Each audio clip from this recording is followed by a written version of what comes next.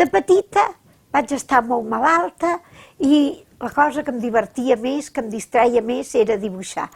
Total, que tota la vida he anat fent el mateix. Jo he dibuixat segurament perquè vaig ser lectora. Em van impactar molt els primers llibres que vaig llegir. Potser el que em va impactar més era un d'Ivori, el pare d'en Cesc, fer il·lustració, o sigui, il·lustrar un text bonic és una cosa fascinant.